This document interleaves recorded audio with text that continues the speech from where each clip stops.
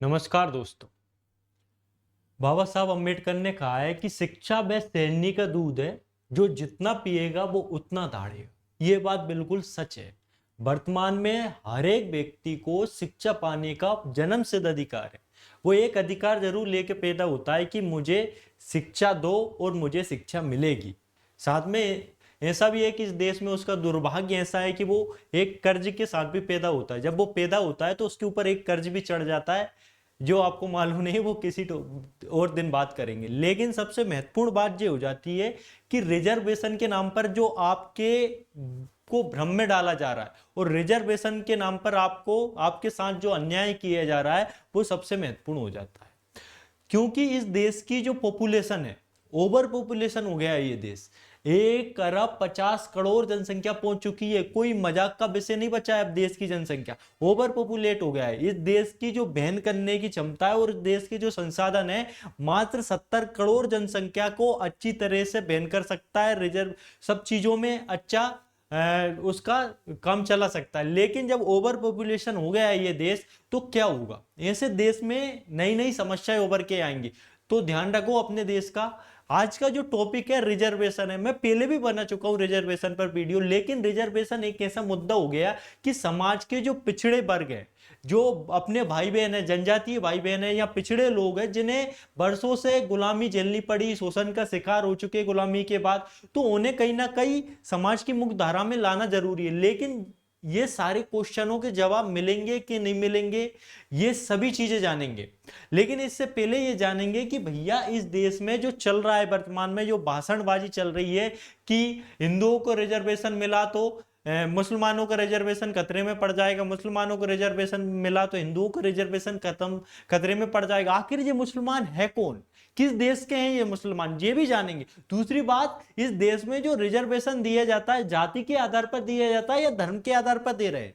दूसरा क्वेश्चन जो नरेंद्र मोदी जी उठा रहे हैं, लगातार बोलते जा रहे हैं कि एससी एसटी ओबीसी का जो रिजर्वेशन का कोटा है वो छीनकर मुस्लिमों को दिया जाएगा। दूसरी बात, हम दिए ये सोचेंगे कि रिजर्वेशन दिया जाना चाहिए कि नहीं दिया जाना चाहिए, या फिर रिजर्वेशन को खत्म कर देना चाहिए, या फिर संविधान खत्म नहीं करेगा, लोग बाग खत्म नहीं करेंगे, क्या सरकारें अपने तरीके से ही रिजर्वेशन खत्म कर देंगी? ये सभी क्वेश्चनों के आंसर हम जानेंगे। लेकिन आज ये जानेंगे कि रिजर्वेशन का इतिहास, शुरुआत कैसे हुई और क्यों रिजर्वेशन दिया जाए, क्या रिजर्वेशन देना जरूरी है या नहीं है वर्तमान परिस्थितियों को देखते हुए, सभी चीजें जानेंगे। तो जानते हैं सभी चीजों के बारे में। ये मोदी जी हैं जो लगातार कुछ ना कुछ लेकर वर्तमान में सुर्खियों में बने हुए हैं। वो तो पॉलिटिक्स है यार, जो हर एक इंसान पॉलिटिक्स खेलता है। साम दाम दंड भेद कुछ भी हो, सबका मेन लक्ष्य होता है सत्ता पाना। वही मोदी जी कर रहे हैं, वो नहीं है। बाकी तो वो कह देते हैं कि मैंने क्या बोला है, कुछ भी बोलकर निकल लेते हैं, वो इनका मुद्दा नहीं है। लेकिन दुर्भाग्य इस देश का ये है कि इस देश में अलग ही कुछ चल रहा है और हमें बिना किसी जाने हमें भ्रम में डाला जा रहा है लगातार, और हम लोग भ्रमित हो रहे हैं। हम लोगों को ये पता नहीं है कि शिक्षित होने का मतलब ये नहीं है कि हमें नौकरी मिल जाए। शिक्षित होने का मतलब ये भी होता है कि हमें ज्ञान मिल जाए ताकि हम सही डिसीजन ले सके अपना। ठीक है, हमें रोजगार नहीं मिला होगा, नहीं मिल रहा है रोजगार, लेकिन आने वाले समय में हमें रोजगार मिल जाए, वो जरूरी है। शिक्षित होना बहुत जरूरी है, वो भी बात करेंगे। लेकिन ये जानते हैं कि रिजर्वेशन का इतिहास कैसे प्रारंभ हुआ। रिजर्वेशन का जो इतिहास है बहुत सीधा सिंपल है। शुरुआत से रिजर्वेशन नहीं मिल रहा था कि शुरुआत जब से हम आए तब से रिजर्वेशन मिलने लग गया, या मुस्लिमों को रिजर्वेशन मिलने लग गया। ये मुस्लिम भी आए, कैसे आए, ये मुस्लिम है कौन, इनके बारे में जानेंगे। और फिर ये कास्ट डिवाइडेड हुआ कैसे और रिजर्वेशन की फिर जरूरत पड़ी कैसे, वो सब चीजें जानेंगे। सबसे पहले आप सभी को पता है कि ब्रह्मा जी के बारे में कहा जाता है कि इन्होंने सभी को जाति व्यवस्था बनाई, वर्ण व्यवस्था बनाई, सब उन्होंने अच्छी तरह से बनाया।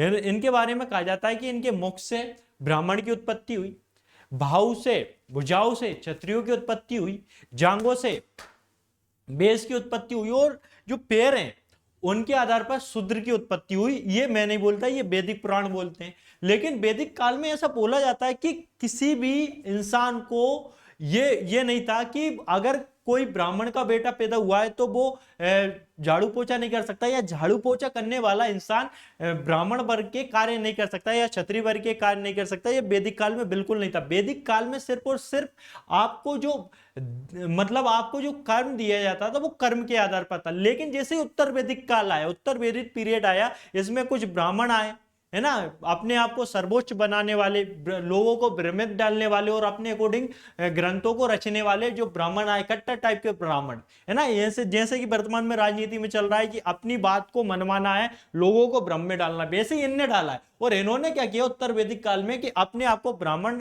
जो वर्ग था उसने अपने आप को ऊंचा उठाने के लिए जन्म के आधार पर कर दिया कि जो भैया पहले ब्राह्मण था ना, वो अब ब्राह्मण के घर जो बेटा पैदा होगा वो ब्राह्मण के काम करेगा, और जो शूद्र के घर पैदा होगा वो अब शूद्र बनेगा। अब वो मतलब जो शूद्र के घर अब पैदा होगा वो ब्राह्मण के काम नहीं कर सकता, ना ही वैश्य के घर काम कर सकता है, ना क्षत्रिय के काम कर सकता है। ये उत्तर वैदिक काल में डिसाइड हो गया। वैदिक काल में कोई भेदभाव नहीं था, लेकिन इंसान अपने आप को सर्वोच्च स्थापित करना चाहता है तो वो कर्म कांड करता है। वही बात आती है दूसरी की, ये भारत में मुसलमान आए कैसे।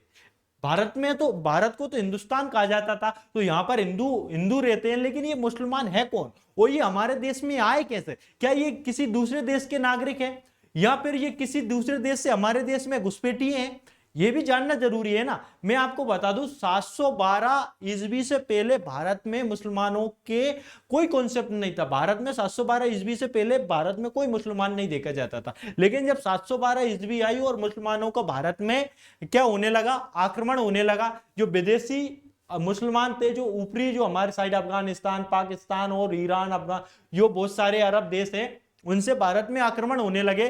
जब से भारत में आक्रमण होने लगे तो ये हमारे देश से धन दौलत लूटने के साथ साथ जो हमारे देश के निवासी थे, जो भारतवासी थे, उनको जबरदस्ती बलात् रूप से मार पीट कर किसी भी ढंग से क्या अपने धर्म का प्रचार करने लगे ये लोग। और अपने धर्म का प्रचार करने में इतने मत हो गए कि हमारे देश के जो हिंदू थे उन्हें जबरदस्ती मुसलमान बना दिया गया। तो हमारे देश में मुसलमान पैदा हो गए। ये आक्रमणकारी तो आक्रमण करते आए, लूट ले गए सोना चांदी और वापस चले गए, लेकिन हमारे देश के कुछ लोगों को मार पीट कर जबरदस्ती रूप से मुसलमान बना दिया गया। तो भाई ये मुसलमान कोई दूसरे नहीं है, कोई विदेशी नहीं है, ये हमारे ही देश के हिंदू थे जिन्हें जबरदस्ती कोई आक्रमणकारी आया और उन्होंने हमारे देश के भाई बंधुओं को मुसलमान बना दिया गया। तो हमारे देश के ये मुसलमान भी और हिंदू ही थे जिन्हें जबरदस्ती बना दिया गया। लेकिन उन्होंने अब क्या करे, जब कोई धर्म लाद दिया गया तो फिर वो उस धर्म को आगे बढ़ाते गए, वो ही हुआ। और दूसरी बात यह कि हमारा संविधान समानता की बात करता है। हमारा संविधान ये नहीं बोलता कि हम धर्म के आधार पर आपको क्या करेंगे, रिजर्वेशन प्रदान करेंगे, बिल्कुल नहीं बोलता। हमारा संविधान बोलता है कि हम 5 आधारों पर रिजर्वेशन देंगे या इतने आधारों पर रिजर्वेशन देंगे, ये नहीं है। हमारा धर्म जो संविधान बोलता है ये बोलता है कि धर्म, जाति, मूल, वंश या जन्म स्थान के आधार पर या लिंग के आधार पर हम भेदभाव बिल्कुल नहीं करेंगे। हम और सिर्फ समानता लाएंगे इस देश में। समानता ऐसी कि हम जो मान लो कि अब अगर रिजर्वेशन की बात आती है, हमारे संविधान में रिजर्वेशन दिया गया है, रिजर्वेशन की बात आती है, मान लो कि कोई अधिकारी बना, जैसे टीना दावी ले लो, टीना दावी की जो सिस्टर बनी, तो टीना दावी की जो सिस्टर बनी वो 1 साल में क्रैक कर लेगा यूपीएससी। भाई गरीब इंसान का बेटा ले लो, बेचारे को पता ही नहीं है कहां से सोर्स लाना है, कहां से रिसोर्सेज लाना है। 1 साल तो उसे यही लग जाता है कि मैं यूपीएससी करूंगा तो करूंगा कैसे, लोगों से जानकारी लेता है, भटकता है, अगले 1 साल में भटकता है, 2 साल हो गए, 3 साल में उसे सिलेबस पता चलता है, 14 साल में उसे फिर लगता है कि ये दुनिया होती है, और फिर 5वें 6वें फिर इस टाइप से कुछ साल 5-6 साल बाद वो सिलेक्ट होता है। तो भैया उसे कितना भटकना पड़ रहा है, ताकि जो हमारे पिछड़े भाई बंधु हैं, एससी के हैं, एसटी के हैं, जो वर्षों से शोषण के शिकार हो रहे हैं, उन्हें समाज की मुख्यधारा में लाना जरूरी है। अगर वो समाज की मुख्यधारा में नहीं लाएंगे तो जो सीनियर हैं, जो अमीर लोग हैं, वो ही सिविल सेवा में आएंगे, और जो काबिल इंसान है, जो गरीब वर्ग का है, उसे पता नहीं, उसे जानकारी के अभाव में वो वहां तक नहीं पहुंच पाएगा। अगर उसे वहां तक नहीं पहुंचाया जाएगा तो इस देश में तो वैसे भी फिर कोई नहीं होने वाला। फिर एक तबका क्या होगा, अमीर हो जाएगा, जैसे अडानी अंबानी बन जाएंगे, और एक देश का इंसान वापस शोषण में आ जाएगा, जैसे अंग्रेजों के टाइम हो रहा था। राजे रजवाड़े एक टाइप हो गए थे और दलित वर्ग जो शोषित वर्ग थे वो एक टाइप हो गए थे। तो ये शोषण खत्म हो जाए, ये भेदभाव खत्म हो जाए, और इसीलिए रिजर्वेशन जरूरी है। लेकिन इस देश में रिजर्वेशन के नाम पर भी खिलवाड़ किया जा रहा है, लोगों को भड़काया जा रहा है, भ्रमित किया जा रहा है, धर्म के आधार पर भ्रमित किया जा रहा है। यह देश की विडंबना है। भीमराव अंबेडकर जी ने लाखों कोशिश की, हजारों मुश्किलों का सामना किया, उन्होंने संघर्ष किया, और दलित वर्ग को, जो शोषित वर्ग था, जो कहीं ना कहीं पहले तो कर्म धर्म जो कर्म के आधार पर था, फिर तुमने जन्म के आधार पर बना दिया, फिर बाद में अंग्रेज आए, उन्होंने और भेदभाव बढ़ा दिया, और इतने ज्यादा पिछड़े बैकवर्ड में पहुंचा दिया लोगों को, इतना ज्यादा शोषण के शिकार हो गए कि वर्तमान में भी लोगों के साथ भेदभाव चल रहा है। आप अगर मार्केट में रहते हो, किसी जिले में रहते हो, किसी शहर में रहते हो, तो आप पे पता नहीं है। मैं रहता हूं गांव में, मुझे पता है, और मैंने लोगों से बात की, लोगों को आज भी शोषण की दृष्टि से देखा जाता है, जाति संबोधित शब्दों से बोला जाता है। अगर कोई अनुसूचित जाति या जनजाति का व्यक्ति है, तो उसे जो जो मतलब ब्राह्मण वर्ग है या जो क्षत्रिय वर्ग है, जो वैश्य वर्ग है, वो अभी भी अपने यहां नहीं बैठाते। कई इलाकों में, हरियाणा पंजाब में हमने देखा होगा, उनके घरों के सामने वो नहीं निकाले जाते, अभी भी उनके घरों के सामने नहीं निकले जाते। ऐसा अभी भी चल रहा है, और उन लोगों तक अभी भी विकास नहीं पहुंच पाया है।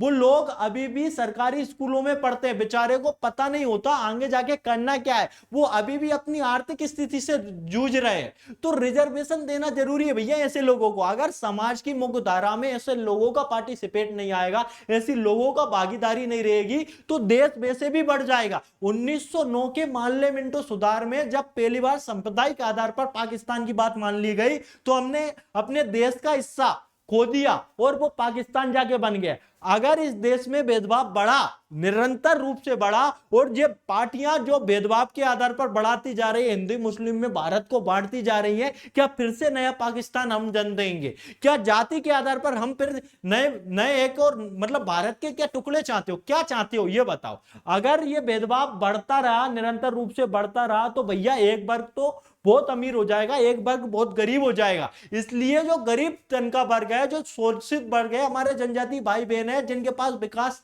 नहीं पहुंच पाया, उन्हें विकास की मुख्य धारा में लाने तक भीमराव अंबेडकर जी ने बोला है कि रिजर्वेशन दिया जाए। लेकिन रिजर्वेशन इंदिरा साहनी केस में यह बोला गया कि 50% से ज्यादा रिजर्वेशन नहीं देना चाहिए।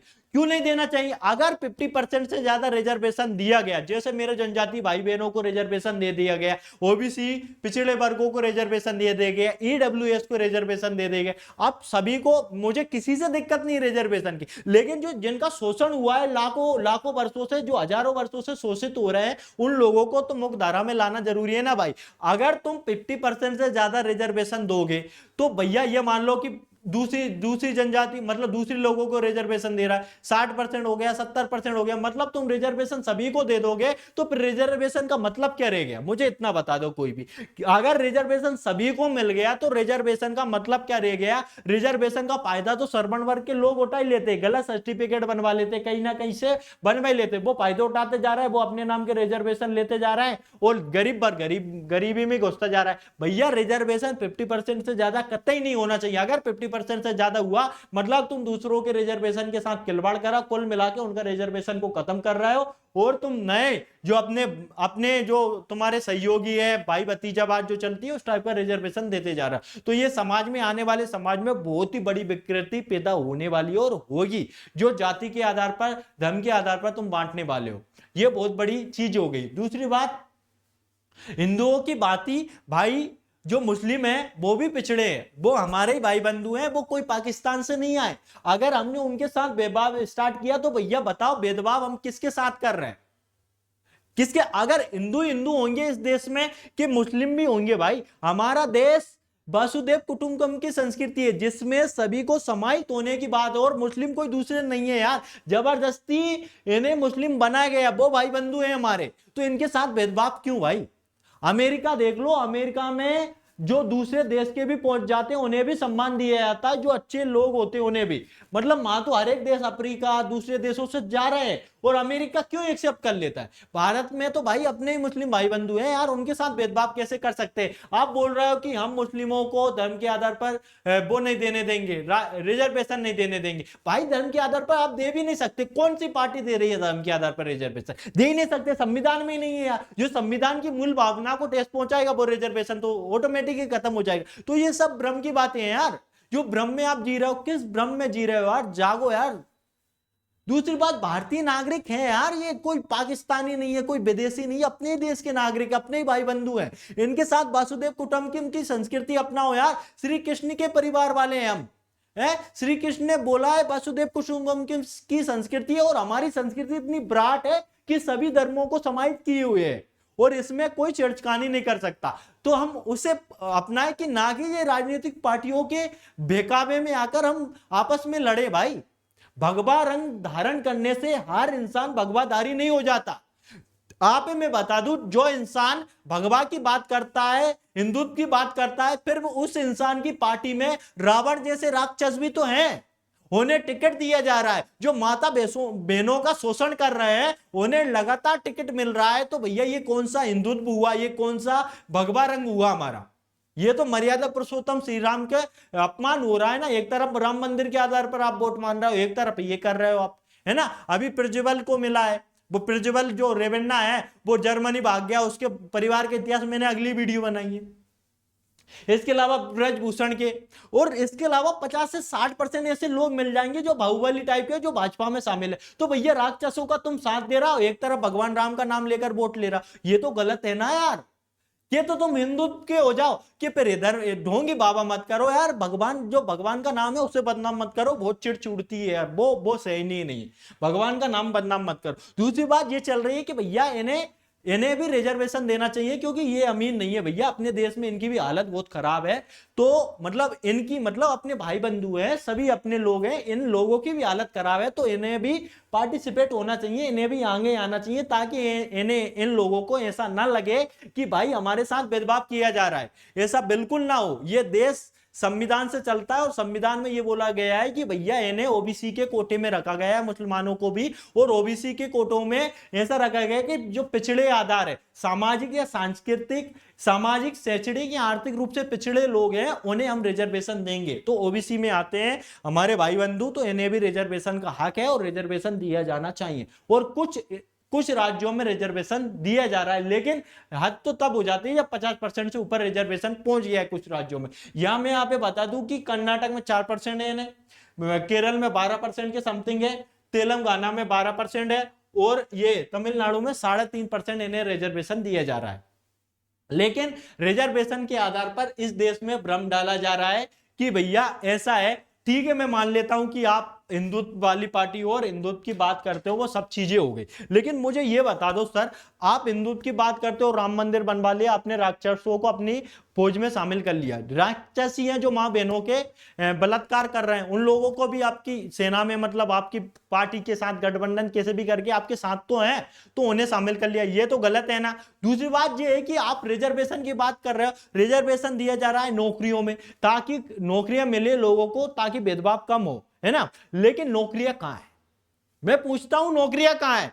आपके मैनिफेस्टो में रोजगार नाम की चीज ही नहीं है, रोजगार का तो जिक्र नहीं, आपके पूरे चुनावी मुद्दों में रोजगार का जिक्र नहीं हुआ। अब बताओ साहब, अगर आपके चुनावी मुद्दों में रोजगार का जिक्र ही नहीं हो रहा है, पहले 2 करोड़ रोजगार की बात की थी आपने, नहीं दिए, तो इस बार जिक्र ही नहीं किया, तो फिर रिजर्वेशन पे आप बेस क्यों कर रहे हैं फालतू में? मतलब सीधी बात है, आपने नौकरियां खत्म कर दी, अब रिजर्वेशन तो ऑटोमेटिकली खत्म हो जाएगा, मतलब ना रहेगा बांस, ना बजेगी बांसुरी, मतलब नौकरियां ही खत्म कर दो हम तो, रिजर्वेशन के नाम पर लोगों को भड़का दो, ताकि आप रिजर्वेशन करते रहो। भैया रिजर्वेशन चाहिए क्यों? नौकरियों के लिए चाहिए ना, नौकरियां है कहां बताओ? अगर मोदी जी ने पूरे चुनावी कार्यक्रम के दौरान सिंगल पीस में यह बोला हो कि मैं रोजगार दूंगा, तो मुझे वीडियो लाके बता दो। जब रोजगार की बात ही नहीं हो रही, तो भैया रिजर्वेशन है कहां, और रिजर्वेशन की बेस किस बात पर? रिजर्वेशन नाम पर सिर्फ भ्रम डाला जा रहा है, आपको भड़काया जा रहा है, बहकाया जा रहा है। ध्यान रखो, आप पढ़े लिखे लोग हो, पढ़ाई लिखाई में बहुत दम है, शिक्षा पे सैनी का दूध है कि आप दाड़ो। ये समय धारने का, आप क्वेश्चन नहीं कर रहे यार। अभी तो चुनाव चल रहा है, फिर भी अभी अंतिम चरण का चुनाव बचा है, अब भी चुनाव बचा हुआ है। तो आप समझो, सोचो समझो कि नौकरियां ही नहीं बचेगी तो रिजर्वेशन किस काम का। बाकी आप सभी समझदार हैं, आप सभी भारतवासियों से निवेदन है कि आप कमेंट बॉक्स में अपनी प्रतिक्रिया जरूर दें, और वीडियो अच्छी लगे तो 2-4 लोगों को शेयर कर दें, है ना, ज्यादा से ज्यादा लोगों तक पहुंचाए ताकि आवाज पहुंचती रहे। एक समय आएगा जब ये आवाज बहुत बड़ी आवाज बन जाएगी, वो आप सभी के सहयोग से, आप सभी के प्रेरणा स्त्रोत से। बाकी आप सभी सपोर्ट करते रहे लगातार रूप से। मेरा तो यही क्वेश्चन है कि भैया जब नौकरियां ही नहीं है तो रिजर्वेशन क्या, रिजर्वेशन काहे का, है ना। रिजर्वेशन के नाम पर आपको भड़काया जा रहा है कुल मिलाकर। तो भ्रमित ना हो इस देश की जनता, फालतू में सौहार्द मतलब सौहार्द बनाए रखे, वसुधैव कुटुंबकम की संस्कृति हम सभी को समाहित किए हुए हैं। तो अपनी देश की संस्कृति और विशेषता को बचाए रखे, आप सभी बचाए रख सकते हैं, है ना। ये देश किसी पार्टी का नहीं है, ये देश अपना है, आपका है। तो ध्यान रखें, है ना। जय हिंद, जय भारत। मिलते हैं एक नई वीडियो के साथ।